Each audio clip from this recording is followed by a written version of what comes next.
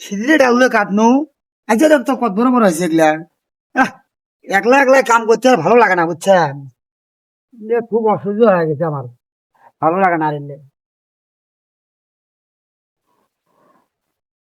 হ্যাঁ, মমিন নয় ওটা। ও লেকিন আমি সাফ করে নিচ্ছি। আর ভাইয়ের জমি খানে দেখো কিভাবে মারি খানাইছে। হ্যাঁ, তোকে শেষ করি দেবে। ভাই মমিন চাস, ভাই আরে কি করেন না? ভাই এগুলো সিটিং দিয়ে কাটছে তো আপনার পালা করে নিচ্ছি এক দেখাচ্ছে একলা কত কত আর করি ভাই সে এ কি ফুটালে তোমার না? হ্যাঁ এখানে পুরো খানে আমারে তোমার ভাই নেই এটা? না এলে আমারে না শুনে ভাইয়েরও আছি। তোর চেহারা এলে আমারে সব আমি একলা না তোমার ছোট ভাইয়ের জমি জমা নাই না? না এটা তোমার একলা আছে? একলা রে আমার হই, ভালোভাবে করি মিলি খাও, আমরাও দোয়া করি ওদের নাই। এলে না এই যে সাফ সাফ করিয়া না শাক সবজি করেন ভালো হবে বুঝছেন? হ্যাঁ সেটাই হ্যাঁ, না মুই আনা যে নামাজ পড়ে দেন তো। আচ্ছা ঠিক আছে হই, বাসের করুন মরি যাই যে আল্লাহ মাটি দেওয়া নাকি রে মানে বাসের করুন মানে মানে আমাদেরও কি সময় হইলো। কিটা আশা বল, কি করেন এটাই? বাসগুলো দেখে যাচ্ছি ভাইয়ের না বাস দেখে রাখছা? হ্যাঁ ভাই হ্যাঁ তে এলে বাস তোরা দেখে রাখছা তোমার এগুলা? মুই মুই শুনু এগুলি না বলে তোমার এই যে ছোট ভাইয়া।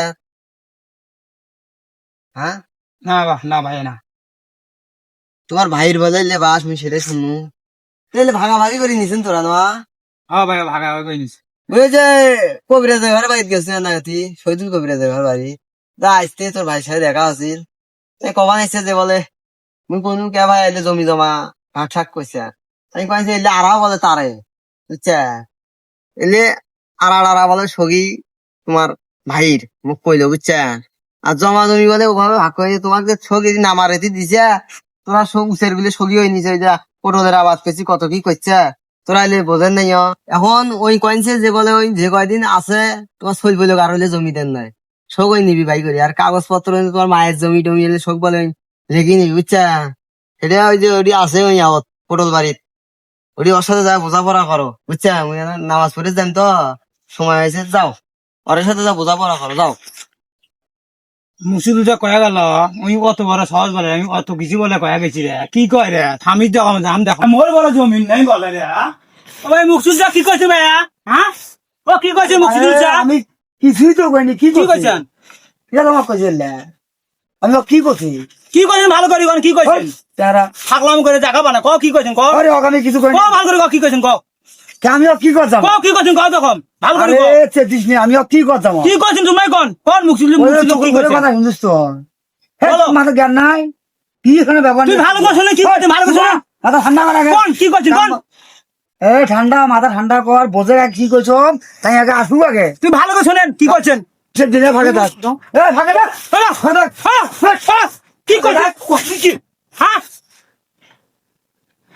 হ্যাঁ কিসের গন্ডগোল ওখানে যাই তো দেখি একটু বড় সাহস তোর মানা হ্যাঁ তোমার সঙ্গে বড় ভাই তুই ঢাকা রেখি করি